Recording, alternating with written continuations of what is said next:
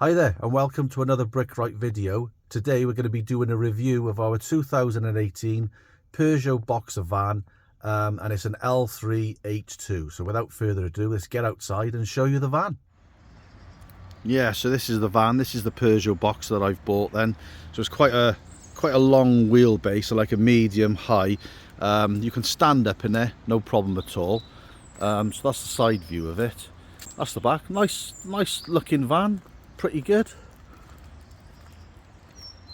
So what do I think about the practicality of this van then, because this is what the video is all about. So before we go any further with it, so the all-important miles per gallon these days, such an important statistic these days with any vehicle and the environment. So this 2018 Peugeot Boxer, I've looked online and what they're saying is it does around about an average of 42 miles per gallon. So if that's correct, that's quite impressive for such a big vehicle. It comes with 130 brake horsepower as well. So yeah, you've got the power and the miles per gallon.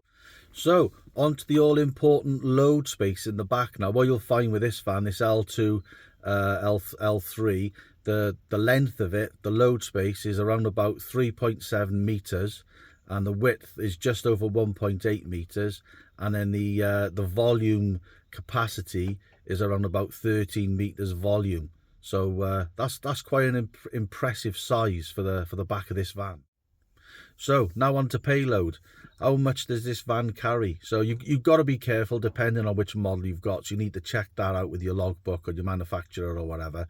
But generally, if you look around about the 1.4 kilograms, so the 1.4 tons for this van, for the maximum payload for the back of it, again, that is, you know, that's very, very impressive for the size of this van. If you go for the smaller vans, like it's not so long, then the payload goes up. So the bigger the van you've got, the payload goes down. So just remember that. But yeah, we're about 1.4 tons in the back of this van. That is, again, compared to the other vans I've had previously, that is a key point to why I purchased this van. And it's impressive, again. So let me show you the inside. Now, obviously this is a working builder's van, so, and we haven't cleaned it. So don't slate me for it being stinking dirty. So there we are. That's the inside of it. So what you get with this is, I like the equipment you get with it. You get air conditioning with it. You get the sat nav with it. You get DAB radio that comes as on this. This is a professional trim level. So yeah, the sat nav works pretty good. If I'm honest, it hasn't let me down. It's really quick to respond and stuff, and the DAB radio is very, very reliable. I haven't used the aircon yet because it's not in the summer. This comes as a 6-speed gearbox, which I think is nice for when you're on the motorway. This comes adjustable, but it's only adjustable in and out. It's really disappointing that it doesn't go up and down as well. Yeah, there's also plenty of cabin space for drinks. You can get a litre bottle in either one of those little compartments there. You can put your phone down in there. It's got an aux lead and stuff like that on it. But the second passenger who sits here does, I mean, your feet do fit underneath there, but that can get in the way. And there's a nice little cuppy hole down underneath here that you can put your phone. There's loads of little compartments up here. This goes, hang on, I'm going to try and get this right. That goes up there, so you can have like that can be, you know, your little your area for little notes and stuff, and I find that like a little clipboard area quite useful. There's this area in here. Apparently in the summer, that'll act like a little fridge, because that keeps your sandwiches or your chocolate bar quite cool in the summertime. So I haven't used that yet, but that's another nice little knick-knack area. There's loads of little places to put all our little bits and pieces. We keep tape measures. The door, there's a lot of room there. I keep my bits and pieces in here, and then, you know, there's more drinks in there. Like, there's loads of little places. Me being a specky 4-eyes, I got my glasses at hand and a pen in there. That keeps that nice and neat and tight. And I've bought these as an addition because I'm always got a coffee or a drink on the go. So yeah, I think overall it's quite a nice place to be. You've got your controls on here as well for your volume, and you can do your hands-free. You can use the phone and stuff on there. And you've got all your volume, and you've got your speaky thing there that say call bloody Fraser or whatever. So, and then it's got all the safety requirements like airbags and stuff like that, electric windows, central locking. And the good thing is you can lock the back separately as well on the key. So that button there, that one. So if you're sat in the front, or you just want the front open, or you want the back closed, you can lock them independently. So that's pretty good, and that's been reliable. That works really well.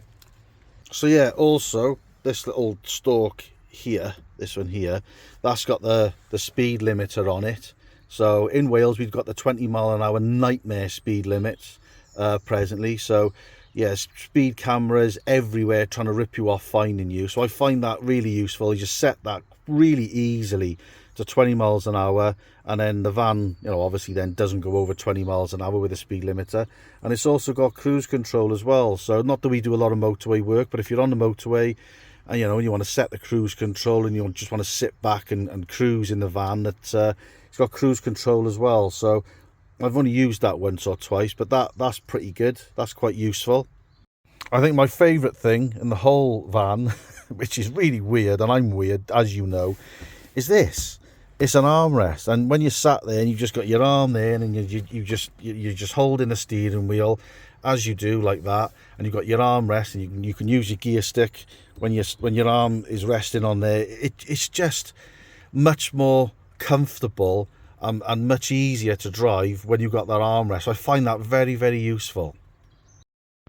So it's also got electric mirrors, which again I think is fantastic, because when you're sat in a big van, and quite often me and Fraser are taking it in turns to drive.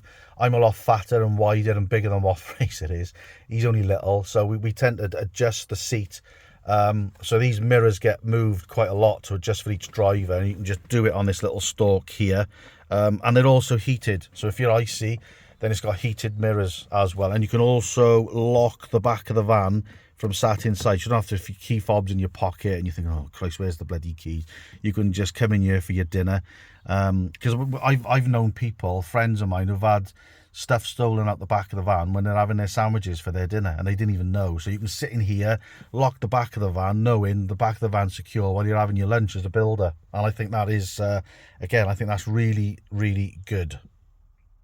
So while we're sat in the front of the van, I'll show you the back in a minute. Driving the van it's quite a nice drive. The gearbox, as you'd expect in the van, is a little bit clunky. Okay, it's done over 100,000 miles. You'd probably expect that with the linkages and stuff. It's a little bit on the clunky side, but overall it's pretty good. It's an easy van to drive. So yeah, I'm quite happy with that. Some of the little things that I'm not so happy with that we found out between me and Fraser is this. I think you call it a B pillar there. That's huge. And this window is quite small. So what you have to do when you come to a junction and you look in there, quite often that part of the B pillar gets in the way. So you have to duck down and look through. And it's caught me out a few times on both sides. It's quite a big B pillar. So yeah, it's not that good visibility wise, but you've got a nice big window. Other than that, the front visibility through the front is absolutely exceptional. The sides are not too bad apart from that B pillar, and what annoys me is the windows only go down to there as well. In the summer I like to hang my hand out the window and get the air in, so but they only go down to there. But I suppose I'm being a little bit nitpicky with that one, to be honest. Some of the annoying things in here then is what I find is this steering wheel is very, very over to the left hand side, so exaggerated. You tend to feel like you're driving, and rather than holding the steering wheel straight, you tend to feel like you're over there quite a lot. I know it happens in a lot of vehicles, but on this one, I mean, I don't know if you can see that. That's the centre line there of where I'm sat. So the steering wheel is quite a lot over to the left hand side. Couple of other really, and I mean they are really annoying, is this part of the dashboard here comes across at an angle. This side of it is set further back, so you've got plenty of room here for your accelerator, but when you're clutching, your knee is very, very close to here. And what we find is, I don't know if you can see this, is down there, your foot, there's not a lot, I got work boots on, as you can see, there's not a lot of room between the underside of that fascia and the clutch. So you do tend to like get your foot stuck in there, which I just find really bloody annoying, to be honest with you. And whilst we're on about the annoying, there's huge amounts of room between me and this here. This console bit, this armrest bit, sticks out from the van hugely. So, you know, if they moulded that to the van and reduced that and moved the seat way over here a little bit more, I know it'd give the engineers issues because that's already over there, but you know, there just seems to be so much room here. And compared to the Iveco, in the Iveco, you felt like when you were sat in the driver's chair, it was your chair, and the boys sat there and that was their chair. But now what I find is Dayton, he sits here, he's on top of me. Everything is very, very close. You can see there's not much room here between people sitting in the passenger side and in the driver's side. So what we find is I'm sharing the armrest with young Dayton, and we all seem to be kind of squashed and pushed into the middle of the van. And it's the same on that side. There's a huge door panel area there where they could push that back. I just think if they moved that back and they moved the seats and spread the seats out a little bit out, the driver would have that little bit of individuality where he could drive and not worry about the passengers. So I think that's something the Peugeot, that foot thing down there, and certainly, I mean, look at it. Look at the huge gap between me and that there. Handbrake's on the right hand side, which bugged me at the start, but I've got over that now. I'm not crying about that anymore. But yeah, it's just the practicality of being able to sit in here, and I think it's such a nice van, and it just spoils it by having for that. So yeah, okay, that's enough for inside. Oh, seat adjustments. There's loads of seat adjustments on it, lumbar support on it, up, down, shake it all about, left, right, do the okey cokey. You can do whatever you want with the seat. The seat is got plenty of room, loads of adjustments, absolutely fantastic. So there we are, that's the front. Oh, I suppose one more thing to mention, you do get a couple of rattles. The build quality in here, everything seems to be quite well built and sturdy, but there are a few items like this, for instance, you know, that's gone now. Look, that's knackered now, so we got to keep pulling that back up and clicking it back into place. And there's a few rattles and stuff like that when you get on low revs when you're pulling off and stuff, but it's a van. Other than that, I suppose it's yeah, it's pretty good in here, to be honest, other than the bits I've mentioned. One more thing, as I'm getting out the van, what I find is it's quite a noisy van. So compared to the Iveco, when you're cruising around and you're on the motorway, or even when you're just driving normally, it does appear that you do get quite a lot of engine noise, and it's quite a noisy van. But then on the second flip side to that, it's quite a comfortable van. The ride in it is quite comfortable, and when you've got that load in it, that maximum load in the back, compared to the Iveco, it's very, very sturdy, and the engine is really, really willing in it. Whereas the Iveco, I think it was about 106 brake horsepower. This is 130. It's only a 2 litre compared to the 2.2 of the Iveco, but the engine's very, very willing on it. And when you put a load in the back, even when I've got a ton of sand in the back and all the tools and stuff in the back, I'm not even noticing that there's a load in the back of it. It seems very, very stable and very capable. And the engine, even up the hills we got here, you can see the mountains in the background. You know, we live in Wales. Everywhere you go, you're driving up the mountain or up a hill. It's capable.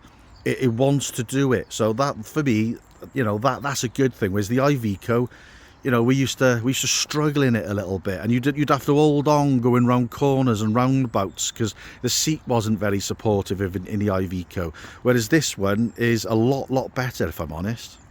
So here's the back of the van then. What I'd recommend to anybody, I've had vans now for a good few years, is what we've done, look, is we overboarded the actual, it came boarded, but we overboarded it with hardwood again, but we've put a damp proof membrane in it. Builders will know what that is. and we've done that, and we've lapped it up the sides as well. So if you put in if you're a bricklayer, a landscaper, whatever, and you put in your ton of sand in there and it's winter and it's soaking and your floor's getting bloody soaking, what happened with my first van is all the water went through, rotted the floor, and I had to sell the van because the floor went through. So what I've done since is I've put this damp proof membrane right the way through, and I've lapped it up the sides, and I've overlapped it here, so any water goes through there now. It's not hitting the actual steel frame part of the van, it's actually hitting the damp proof membrane, and it just saves it, and we haven't had any issues since. So you know, I'm always full of top tips, so top tip for you with that. Reverse sensors it's got on this, and it's got a little bleeper that beeps to tell pedestrians that it's that you're reversing. So I find that good. You can fit a camera, and I'm sure the newer ones have got that, but I find that really, really good with the sensors. And you've got that high top brake thing that I also find quite useful when you're braking as well. In terms of the size of it inside, it's a little bit bigger than what the Iveco was. We kitted it all out. What really annoys me is in the Iveco we had the roof vents. We had two, and I had one at the bottom, and we had, you know, the wind used to come through and ventilate the whole back of the van, so you didn't get that condensation. This one, we've had a period of cold weather, and the roof, I don't know if you can see it, but the roof was absolutely soaking and it's dripping all over the place. Now in the Iveco there was like a section here that was flat without these ridges on it that you could put your roof vent on it. This van is all ridged up. There's nowhere for you to put your roof vents, so I can't see how you'd be able to do it. So if there's anybody out there that knows how to do it, or knows a special kit to be able to do it, then that would be great. But Peugeot, I mean, have a think about it. People want to fit roof vents. How do you fit a roof vent when you've got all ridges on it and there's no area to do it? So I find that a bit poor. What else is also really wound me up about this van? You're supposed to have a button on there to press these doors. So let me try and do this now one-handed for you. So you press that, and you're going to snap your finger off there, right? So there we are. The door opens. But the door only opens to there. I don't know whether it's an option that you can decide to pay for it, or when you go to purchase the van, it's just an option. You get the full wrap around, so that door touches the side. But for us, quite often, when we're unloading the van, like the Iveco went all the way around, the full 360. So this is only like 180. So, you know, when you're unloading, you might be unloading and that door might be opened out onto a pavement. You can't see pedestrians coming up and down because the doors hiding people. And when we were loading the van, we like to put these doors right the way around, so you get the forklift driver gets a clear vision of what's happening. And when they're like this and they're just held there and it's windy, you're in there and the doors are flapping and blowing in the wind. So I just think it should be standard that those doors wrap around 360 degrees. I think it's a bit poor, to be honest with you. You're supposed to have these clips, which I've bought, that clip on here, and it's just a button you press. But every time I clip them on, and they do clip on, every time I move the door, they just come off. They just fall off on the floor. So I've given up using them. But other than that, it's lower than the Iveco, so getting in and out of it is really, really good. Loading stuff into it, like the Ruby for us, which is heavy, is much better in this van. Yeah, so not a lot else to say really about the back. Let me show you the side door. Yeah, that's the side door. So side doors are nice big, pretty similar to the Iveco really. So, you know, side doors quite big, not an issue at all for that. I think you could probably get a forklift to load you your pallet straight in there if you didn't have the rack in like we've got. But yeah, so that's the back of it. So turning circle, which again for me, when we work, you know, quite often we're working in a tight street or whatever, there's cars parked everywhere, as it is everywhere all over Great Britain these days. Turning circle, I think is pretty good. You'll never beat the Iveco, because I used to turn on a sixpence. The turning circle on that van, the Iveco, is absolutely phenomenal. The turning circle on this is not as good. I mean, the wheels on the Iveco used to be more here. The wheels on this that are there, so it's a lot longer wheel base from wheel to wheel on this one than what it was on the Iveco, but the turning circle on it is still quite impressive. But I think it could be better, but I'm quite happy with it. I think it's probably pretty good for the size of the van that it actually is. So then, what I found onto these mirrors, again, I'm comparing it to the Iveco because I had just got rid of my Iveco.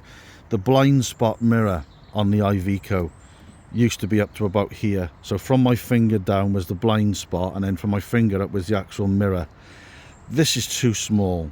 It doesn't really do anything. So the confidence you had when you were pulling out, say, from a slip road onto a dual carriageway or a motorway in the Iveco, because you're in a van and there's a blind spot, you know, I used to use the Iveco blind spot mirrors, and you could adjust them as you can with these quite a lot, and I found them really good, really comfortable to use and reliable, and I had confidence in using them. This mirror, I've got confidence in it because it's nice and big. That one I haven't, because it's so bloody small. It doesn't seem to do anything. So Peugeot, if you're listening, just make them a bit bigger and just stick them up to there, because you've still got a huge mirror left anyway. So I find that a little bit annoying about it, to be honest with you. So yeah, I think overall the van is, I'm liking it. It's pretty good. There's a few things you're gonna find things that you like, and you're gonna find things that you dislike about things. It's the same with everything, isn't it?